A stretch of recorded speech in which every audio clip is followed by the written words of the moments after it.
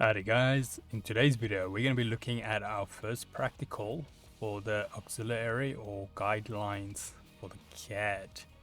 But before that, let's have a quick intro first.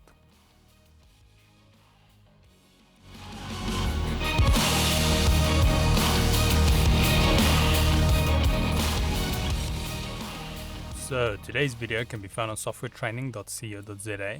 We make short and easy to watch problem solving videos, and we also have daily updates.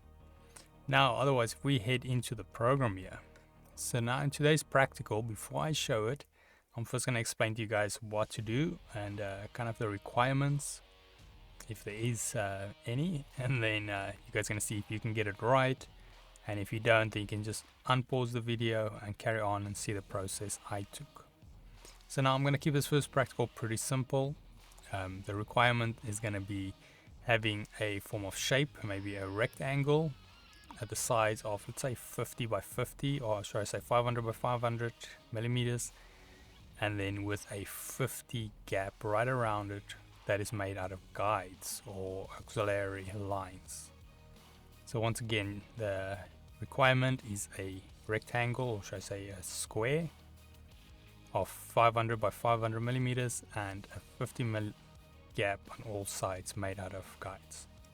So yeah, before you head into it, just click pause here, and then I'll get back to you after you've unpaused.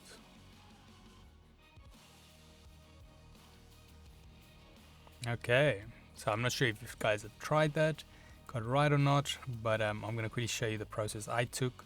Now there's multiple ways we can go about it. Some may be more simple than others, and so if you know what is the in this requirement, what is the distance of the guides around your shape that you want to put, then it simplifies it.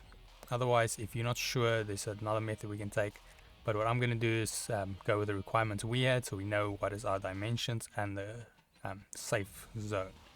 So I'm going to first quickly add my rectangle or my cube. So I'm going to make this 500 by 500.